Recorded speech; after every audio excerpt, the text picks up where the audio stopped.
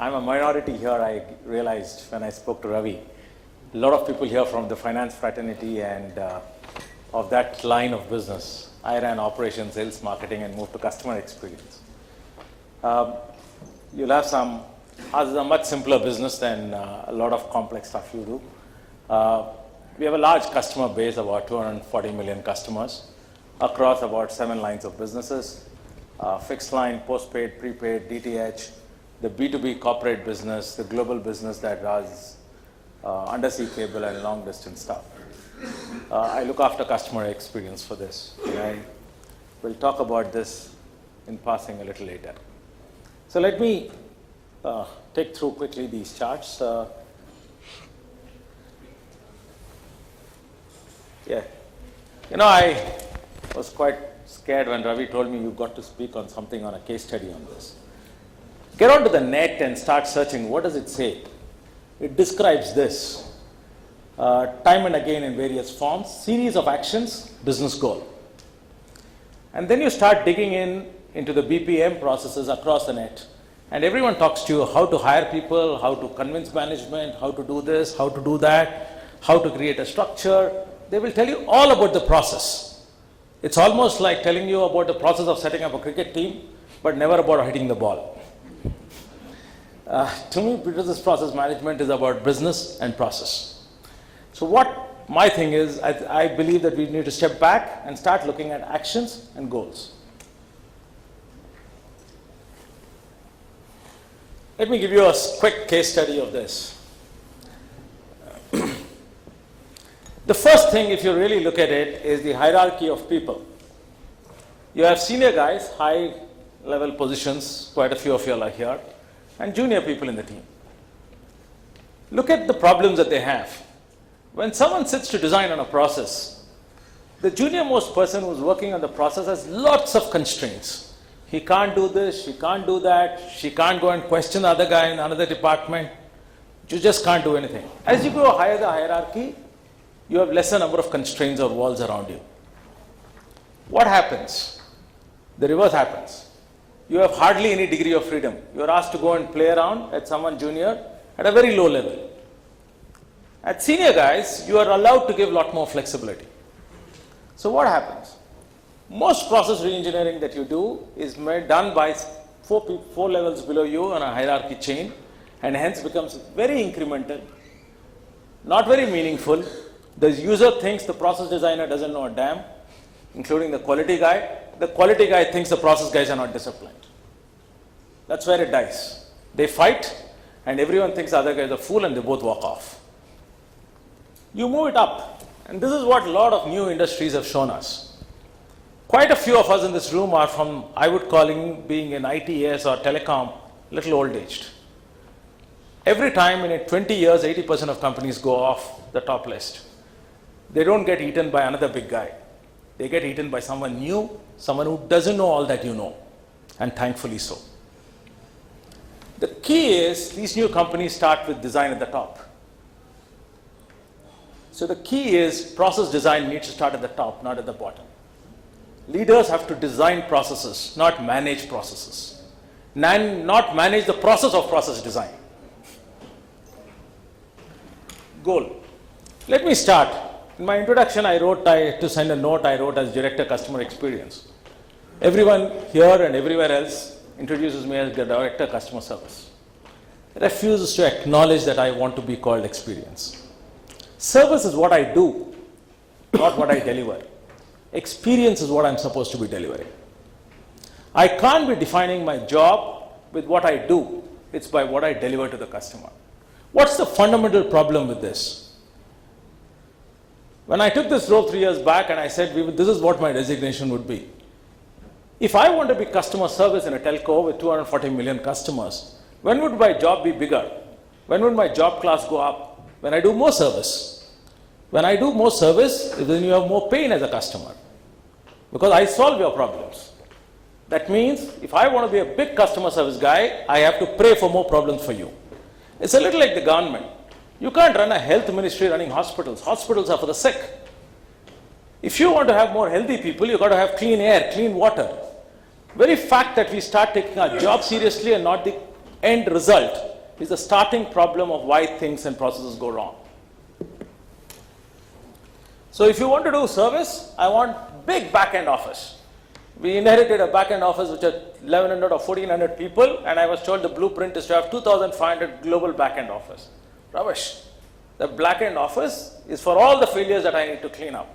Scrap it. The best is if it doesn't exist. So what did we decide? Customers don't want service. Customers want a beautiful time. None of you ever want to call your electricity department, your water department, your car garage fellow. You don't want service. If I told you you had a car that doesn't require service for the next 5 years and 20,000 kilometers, you'd love it. And at no extra cost. Customers don't want service. They want a better experience. No service is the best service is what we went after. And we said, this cannot happen through transaction management. This will happen through design. What happened to all the cab companies? They got eaten by a guy called Uber who came with an app and a design. Much more efficient, much more cheaper, much more profitable. You got to start building designs. It also happens that I have a experience with Goldratt and the theory of constraints. If you can't design a process that is cheaper, faster, and less defects, then it is not a better, good process. First start with that. If you can't deliver all three, it's not a great process. Every time you do a process improvement, it has to do all three. If it is a bargain sale, then you are as well in a retail shop buying a better quality basmati rice at a higher price. Process design is about getting all the three in place. What did we do in no service is the best service? We said the first thing we will do is eliminate defects. We went after them maniacally. I'll go through this faster. Then we said, if there is a problem still that requires a resolution, we will do it fastest. I had great amount of debate with my teams on what is fastest. I'm sure most of us run these operations. We have TATs, turnaround times. And we call them 4 working days, which customer understands working for you. 7 working hours. At 4 o'clock, 7 working hours on a Friday means Monday at 4 o'clock.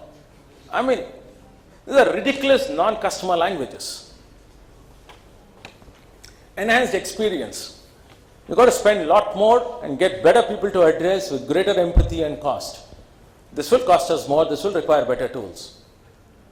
Then we said, if you first do this and then start moving into whatever you do next as a defect-free design, digitize an instant, and very high self-care and personalized. And then we said, and by the way, I work in telecom and Airtel, and we believe it's an ITES. It's a service industry, we service customers. If you are service and the core of this process, you got to make process design and services to be a competitive advantage for the organization. So we said, what else can we do? I'm sorry, that's small. We said, how do we make this, bring customer experience as a source of competitive advantage? This, we said, is our framework of what we would drive in the last few years. Let me give you some very quick examples. These are very simple charts, so don't bother scribbling us. If you don't remember, it must be not worth it anyway. What did we do? We used to run collections. We collect about $1.5 billion rupees of $1.5 billion, about 7,000-8,000 crores from customers in our postpaid business of 15 million. They don't pay on the due date. Someone goes and keeps calling them. What are you trying to do? We call more, and if your collections are poor, then you add another 500 seats. For example, in postpaid alone, we used to have 2,000 seats of outcalling used to happen. Today, we got out of all this. We said the customer knows when to pay, when not to pay. You just send smart reminders, simple stuff. Today, I run that entire place with 250. We run that with 250 people. My team believes 250 is ideal. I believe 100 should be the number. So we got out from 2,000 people running it from 200 people, 250 people today. 15 interactions. We said no, 3. And most of these 3 are no longer voice. They are into automated modes. Prepaid last call update. Can you imagine 230 million guys who have a problem if they have a wrong deduction or they don't like what it's got deducted? They'll immediately call up the call center. It used to take us 40 minutes to load it on the call center screen. That's no time. You'll again have to call him back and have multiple calls. And a large number of them. I won't give you the numbers, a few 100,000s every month. I recollect a few years back, we used to activate a customer on a fixed line in about 5 days to 7 days. Today, we do about 85-90% in 24 hours. I mean, there is no point. You can discuss the world over. They will tell you that we have an appointment 14 days from now. Everyone wants it now. The best way is this improves productivity. You take appointments like a Meru cab did and the old guys did. They had less trips per day. The Uber has 7 trips per day. The old car companies have 3.5 trips a day. You got to get smarter and more efficient business models. So we moved that to 24 hours. We used to have a simple bill plan change. I'll tell you what the teams asked. So it used to take us 5 days to get you up from 30 GB to 50 GB. Someone asked, I said, no, this is not what the customers want. The first answer is, can we do a survey? Bull, we don't need to do a survey for this. Go and ask a kid at your home. This kid, my little young one, asked me, I'm hungry. What's the tat? You don't need to ask the girl what's the tat. It's immediate. If someone is using his broadband at night 11 p.m. and its data gets over, what is the tat they need? Next second. If I don't deliver in 1 second, I have failed. I have a right to fail. You know, organization is kind, the customer is kind to let me fail a few times. But the fact is you want it instant. I don't understand why we keep breaking our head on doing surveys. There is no survey required. What the customer wants is instant and now. So we started moving that. All those complaint calls went off. Reduce turnaround time for all service requests. We banished these words called working hours, working days, customer tats, my measurement. There is only one tat. It's called customer intuitive tat. You place yourself, when do you want it? Now, period. We have to move there. The world has moved there. All the new economy is on instant. They're on apps, phones. They let you buy goods while driving your car or sitting inside a train on a Flipkart app or an Amazon app. That's what this world is about. We can't live in the past. Enhanced experience.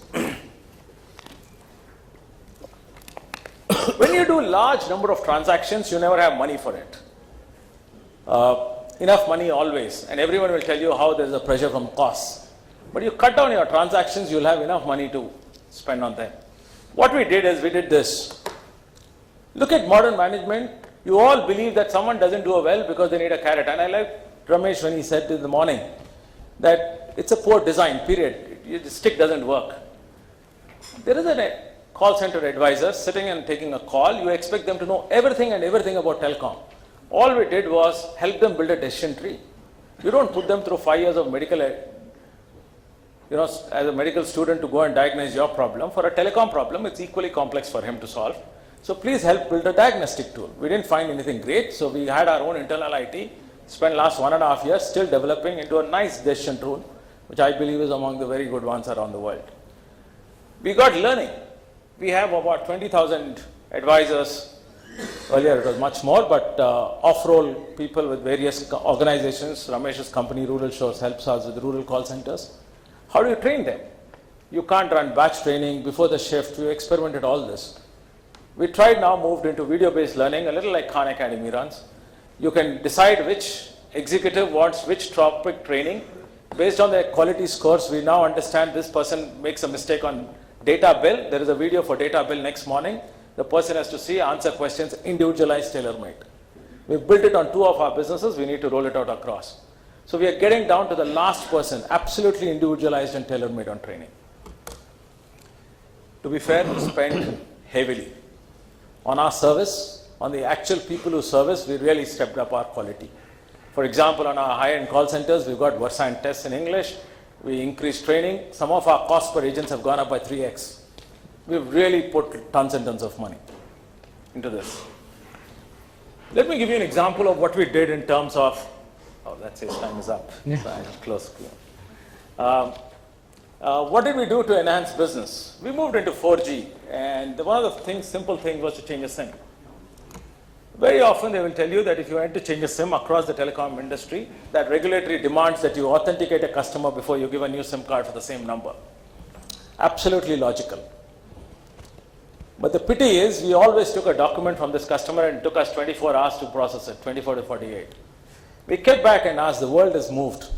Is documentation the only way of authenticating? Not necessarily. You do an OTP authentication on your phone.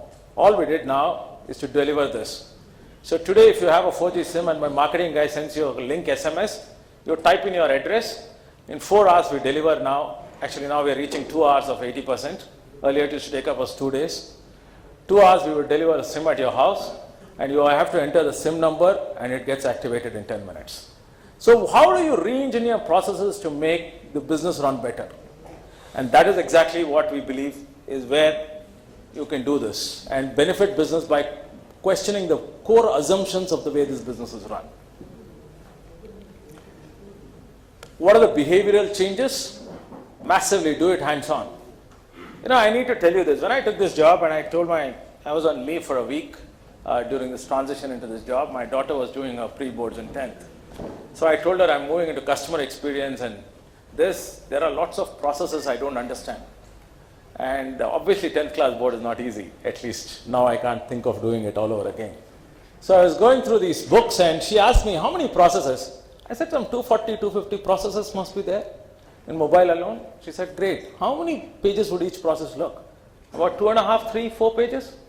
She said, it's only 800 pages. I mean, you should have ruttered all this in this 1 week. By the end of this week, you should know all the 250 processes perfectly well. What do you mean to say you don't know? You're being lazy and old. You sit with me, I am studying for my pre-board, you also do this. Why am I saying this? It's that easy. Over years, we started managing processes, we stopped playing. Joy of doing it yourself. Most of the process design we do is me and my next line and the senior guys. We play around with every process and we get into it. Enable and enhance skills rather than judge. Management is all about judging people and motivating them. They don't need motivation. Everyone comes in to do a great job.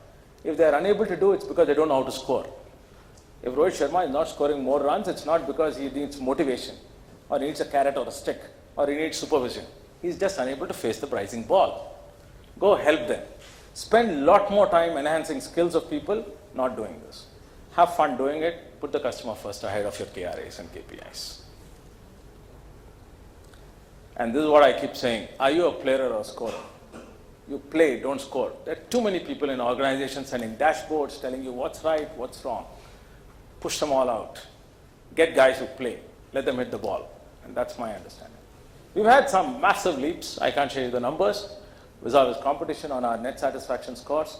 There are some big leaps. In some areas we were negative to some. We have actually got much more than double-digit leaps.